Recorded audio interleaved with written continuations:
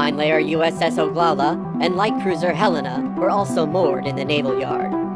USS Honolulu was moored portside to berth B-21 naval yard. No aircraft carriers were in port that day. The USS Lexington was on its way to deliver dive bombers to the Midway Island, and the USS Enterprise heading back from Wake Island to Pearl Harbor. Commander Mitsuo Fushida led the first wave of attack. He gave the signal to initiate an attack when total surprise was achieved by Japanese aircraft. At 7:48, Kaneohe Field on the northeast side of Oahu was the first site to come under attack by Zero-Suit dive bombers. 36 PB-White and a few other aircraft were on the ground in Kaneohe Bay. Due to the lack of anti-aircraft gun on the field, Japanese pilots shot down the many PB-Whites. 27 of 33 on the ground, or more than Kaneohe Bay, were destroyed, and the group moved to the next target, Bellows Field. A large group of Zero fighter planes was commencing an attack on the Iwa Field. 35 aircraft have been destroyed out of 51 due to dive bombers and Zero attacks. A group of 19 SPDs from the USS Enterprise aircraft carrier arrived during the attack. They were dodging by the Zero. At the Wheeler Field, there were 43 modern P-40s and 39 P-36A aircraft on the ground field. 25 dive bombers dropped their bombs on the hangars and destroyed many planes on the ground. At the same time, Hickman Field was also under attack by Japanese Zero fighters and Val divers, bombed the fighting line and hangars. 12 B-17s also arrived from the mainland and destined for Hickman Field.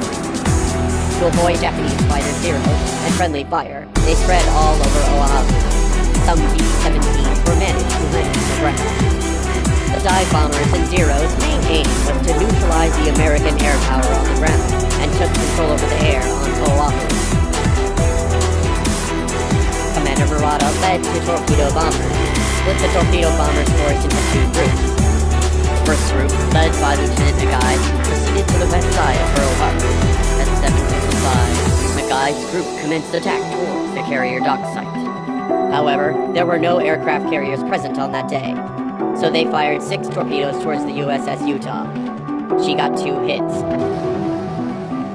A torpedo passed ahead and a second hit near the light cruiser Raleigh. At 7:57, Aichi D-3A Val dive bombers dropped their bombs on the hangar area and seaplane ramp of Ford Island. Nagai took his group towards the nearest ship to the southeastern lock and launched their torpedoes.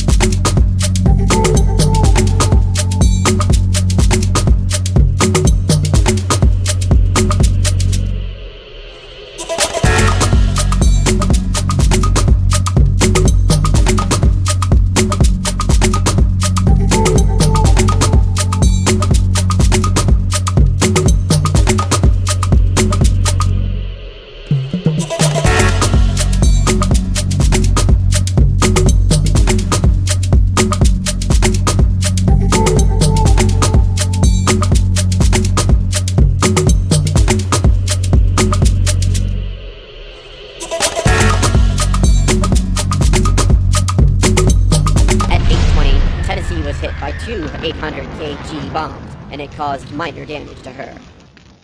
Lieutenant Commander Shimazaki led the second wave of attack. They have commenced the attack at 8:55. Zero fighter planes were divided into two groups. The first group turned back towards the northeast and headed for Kanahohe and Bellows Field.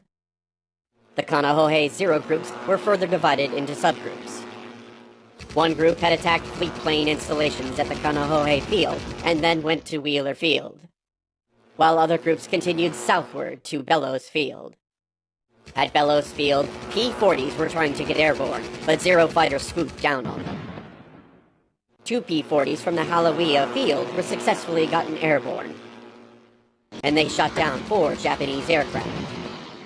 At 8:36, west side of Ford Island, seaplane tender USS Curtis sighted a periscope of a Japanese midget submarine and opened fire on it.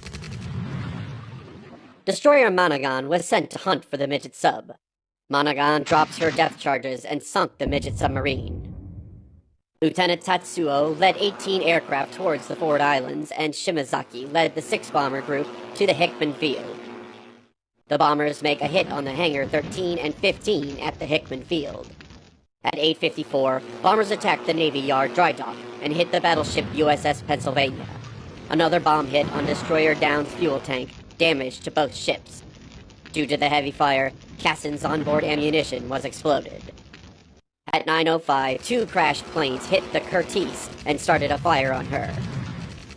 One of her diver bombers dropped a bomb on her and explodes her below decks. At 9:20, the USS Honolulu got hit from one of the dive bombers, moored portside Navy Yard. The USS Shaw took 3 hits around 9:25. The uncontrollable fire was spread throughout the ship, which detonates her forward ammunition magazine at 9:30. At 9:44, the attack was over. All the Japanese aircraft turned back to their carriers.